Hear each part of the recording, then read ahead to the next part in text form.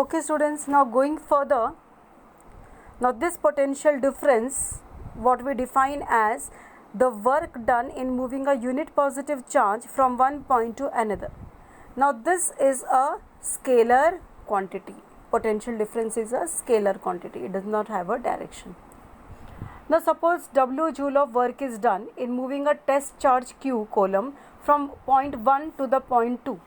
And then the potential difference will be like this. Suppose V1 is the potential at 1 and V2 is the potential at 2, then V1 minus V2 is the potential difference, and that is equal to W upon Q. And how to measure this? The 2 points 1 and 2, इनके बीच में हम एक volt meter attach करेंगे. We will attach one voltmeter between the 2 points 1 and 2, which will measure and tell you the value, that is a potential difference. So remember that potential difference is measured with the help of voltmeter, which is connected in parallel between the 2 points. Now what is the unit of potential difference? Now 1 volt is 1 joule upon 1 coulomb, and that is only going to be the unit of the potential difference also. That is, and how do we define that? Potential difference between 2 points is said to be 1 volt when the work done is 1 joule to bring a charge of 1 coulomb from one point to another. Now next, let's go to resistance. What do you mean by resistance? Now whenever current flows through a conductor, okay, it is not that easy. Why? Because inside the conductor, now conductor is a solid thing, it has got so many atoms inside.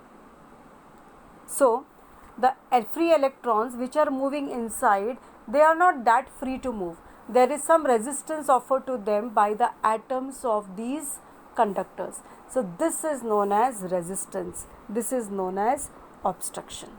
Okay, so what is resistance? Resistance is the obstruction offered by the atoms inside a conductor so that they restrict the flow of the electrons. Now see the figure 8.6.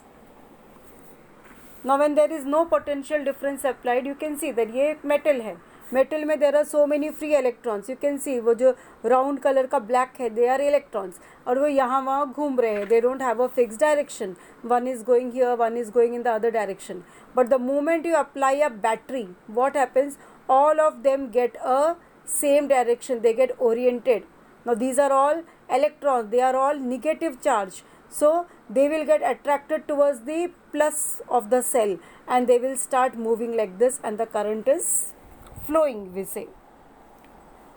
So now it depends on the conductor's property, how much it will allow the electron to flow, how much it will offer resistance. So now you understood what is resistance. Resistance is nothing but obstruction. अलग अलग materials होते हैं, copper होता है, silver होता है, gold होता है, सबके थ्रू हम इलेक्ट्रिसिटी पास कर सकते हैं. किसी में से more electricity can be pass, through some we can pass less electrons.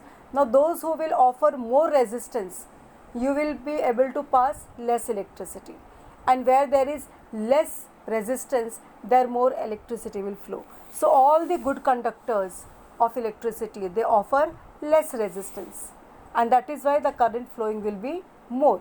And all the bad conductors of electricity offer too much high resistance, and hence the current cannot flow through them, and we say that they are bad conductors of electricity. So understood? Though the conductor has got free electrons, see the first figure of 8.6, current will not flow through this, because for a current to flow, all the electrons should be moving in the same direction.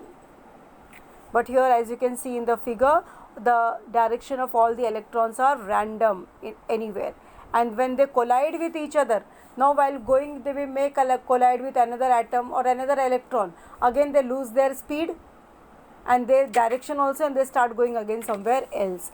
But when you, with the help of a wire, connect a battery to this conductor, then what happens? All the free electrons, they get attracted towards the positive of the cell, because this is the place where electrons are deficient. So all these electrons will go to here. Okay, so when the electrons all will move together in one direction, then we will say that the current is flowing. इसके लिए वो good conductor of electricity, even though it is there, but till you don't connect a cell, the current will not flow through it.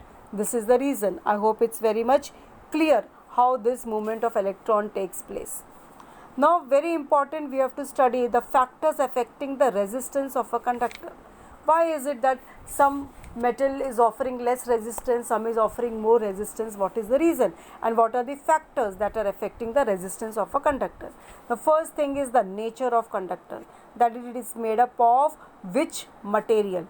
For example, the wire or the conductor can be made of silver, copper, lead, aluminium.